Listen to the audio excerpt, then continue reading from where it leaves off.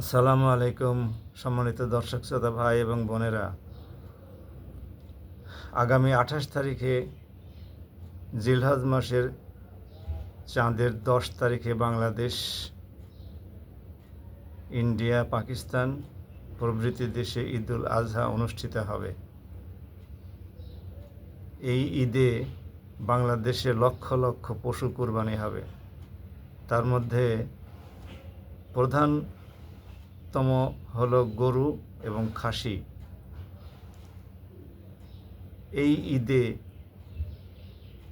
যাতে করে কোনো অবস্থাতেই অসাধু চামড়া ব্যবসায়ী, সিন্ডিকেট এরা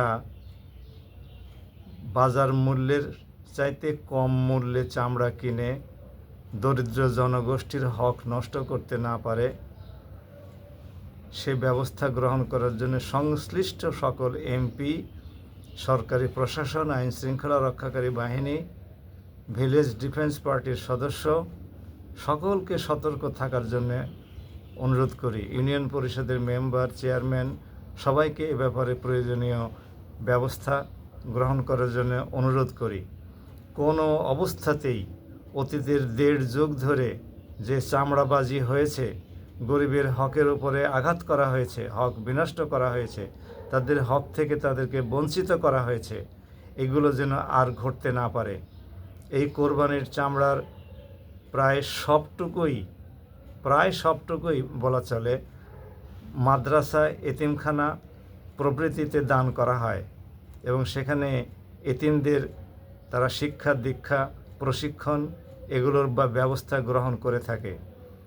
এই চামড়া যদি বিক্রেতারা ন্যায্য মূল্য না পায়, অথবা যে সমস্ত মসজিদ, এতিমখানায়, মাদ্রাসায় এগুলো দান করা হয়, তারা যদি ন্যায্য মূল্য না পায়, তাহলে তাদের ফান্ডে ঘাটতি দেখা দেয়।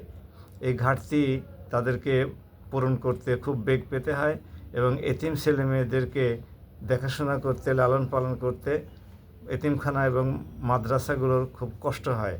মাদ্রাসাগুলোতে কোরআন এবং সুন্নাহ শিক্ষা দেওয়া হয়, তাদেরকে হাফেজ বানানো হচ্ছে। বাংলাদেশের এই সমস্ত মাদ্রাসা এবং এতিমখানাগুলোতে যে সমস্ত সন্তানগুলো লালিত পালিত হয়, তারা সবাই সুনাগরিক হিসেবে গড়ে ওঠে।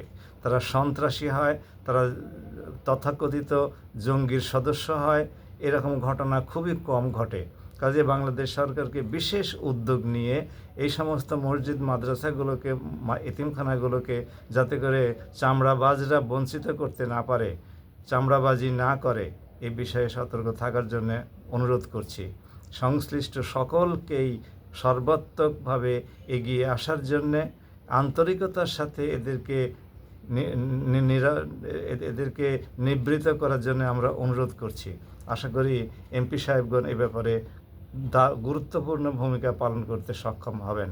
বিশেষ করে জামাত এবং এনসিপি আর বিএনপির অত্যন্ত নিষ্ঠাবান, সৎ এবং প্রকৃত দেশপ্রেমিক এমপি সাহেবগণ তাদের স্ব এলাকায় যদি এটা নিশ্চিত করতে পারেন, তাহলে এটি অন্যান্য এলাকার এমপিদের জন্য মডেল হয়ে উঠতে পারে। আমরা এই ব্যাপারে প্রয়োজনীয় ব্যবস্থা গ্রহণ করার জন্য সংশ্লিষ্ট সকলকে অনুরোধ জানাই, যেন গরিবের হক নষ্ট করা না হয়, বিশেষ করে এতিমদের হক বিনষ্ট করা না হয়। গরিবের হক নষ্ট করা কোনো অবস্থাতেই সভ্য ব্যক্তির কাজ হতে পারে না, বরং গরিবদেরকে আরও আর্থিক সাহায্য প্রদান করা উচিত। চামড়ার মূল্যের সাথে সাথে আরও কিছু যুক্ত করে তাদেরকে সহযোগিতা করলে তাদের মুখেই বরং হাসি ফুটবে এবং দেশের অর্থনীতি সচল হবে।